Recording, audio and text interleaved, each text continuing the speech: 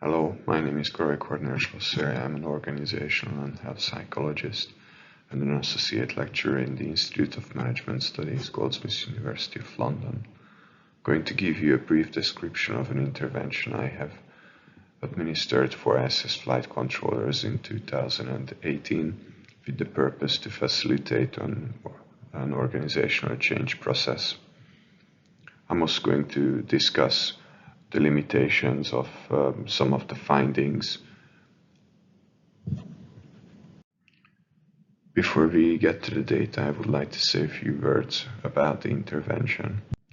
Over 20 years of research shows the benefit of contextual therapies such as acceptance and commitment therapy, mindfulness-based interventions, as well as some of the more functionally grounded psychotherapies like functional-analytic psychotherapy.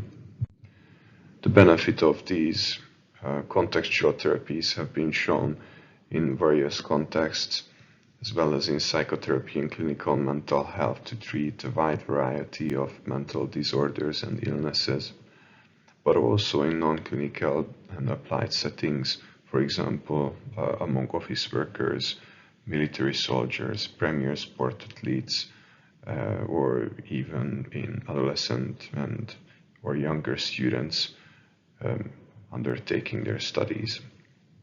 Some of the benefiting outcome variables were reduced burnout measures or fatigue, as well as reduced amount of omission errors, improved performance in typewriting, improved scores of resilience, and improved skills in leadership competencies and innovation, or team cohesion and constitution, as well as facilitated organizational change. Some of these outcomes could actually become very handy in the future of astronautics when we try to venture farther off than low Earth orbit. Currently, our selection and training processes are very meticulous to resolve issues which we can still handle from Earth to low Earth orbit, but if we choose to venture farther away, we might need to face challenges that we are yet not prepared for. Therefore, it is possibly worthwhile to test and develop interventions which would prepare people to sort of be willing to face the unknown and face up to challenges. In 2017 I have applied, and in 2018 I have received the Research Development Grant Award of the Association for Contextual Behavioral Science with the purpose to pilot and develop and test feasible interventions grounded in contextual behavioral science, namely mindfulness and acceptance and commitment therapy, so we can improve and maintain the mental health and productivity of astronauts, flight controllers, and other teams who are involved working with them on mission critical outcomes.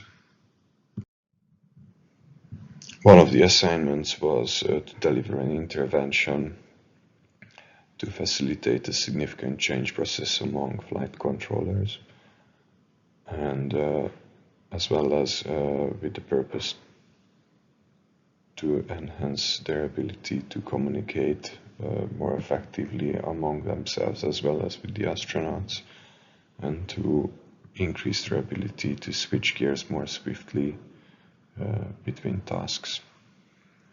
For that, we have set up a number of consultation sessions with the management, and we also communicated and interviewed and observed organized panel discussions and informal discussions for over 6 months with the flight controllers and some of the people working with them.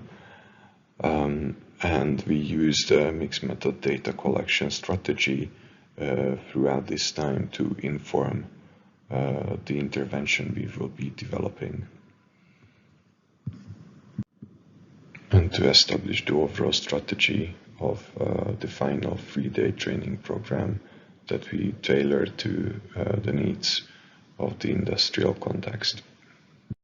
The 3-day training program was based on evidence-based practices in organizational development and in contextual behavioral science and existentialism. The techniques were borrowed from functional-analytic psychotherapy, acceptance and commitment therapy, meaning-based, meaning-centered psychotherapy, mindfulness-based cognitive therapy, focusing-based psychotherapy, and transpersonal psychotherapy. We delivered a number of techniques throughout these interventions.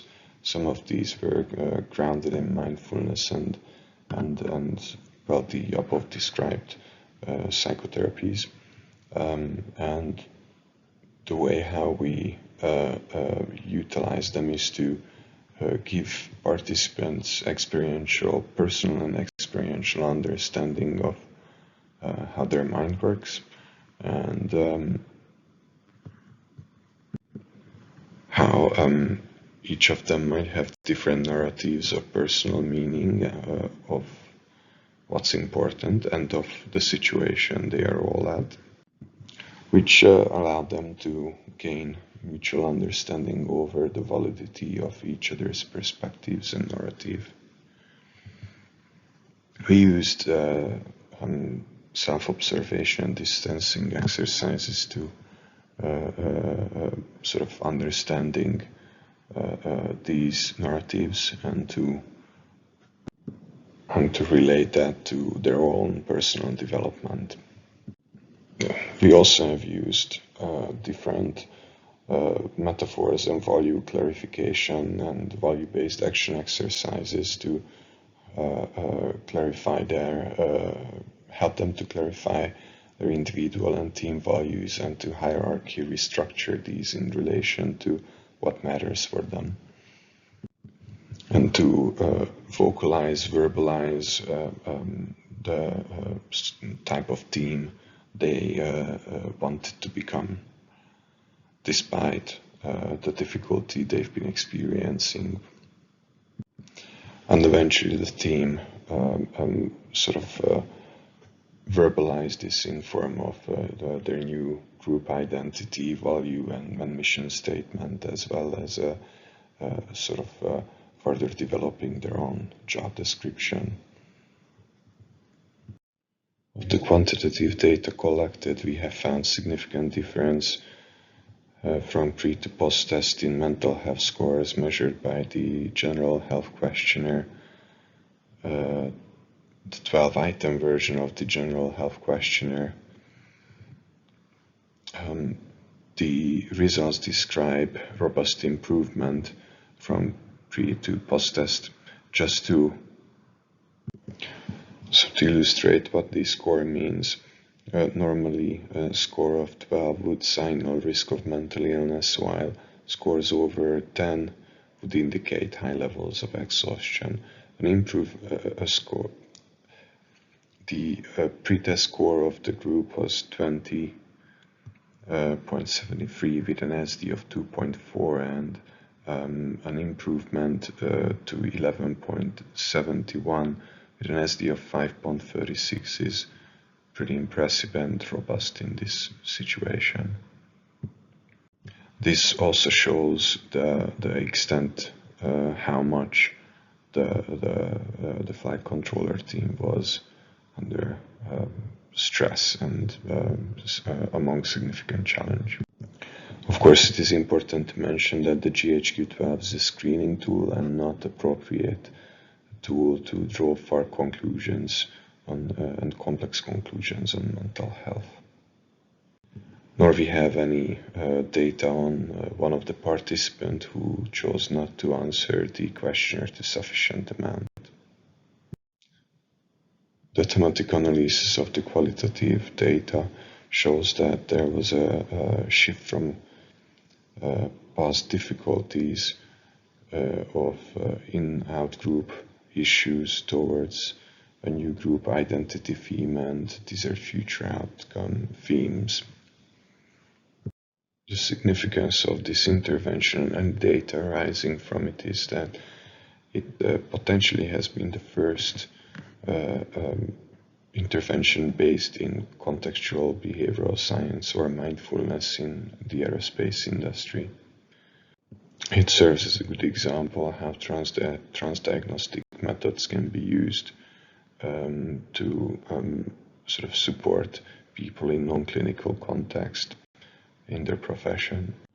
And whilst the results of this quasi-experimental design are unreliable, it is important to highlight that over 20 years of research shows similar outcomes in other populations, including those who perform in challenging contexts. Taking these examples from for example, from premier athletes, we can see how empirically based behavioral science can help a person to frame, experience meaning, and succeed in challenging contexts. We believe that CBS has a lot of utility towards the future of astronautics, particularly for long-duration space missions, where joy in carrying out actions at meaningful ends may become the only long-term driver that guides persistent survival. And this will be much needed while establishing colonies on the moon and other planets. Thank you very much for your interest. Please feel free to reach out and get in touch with me.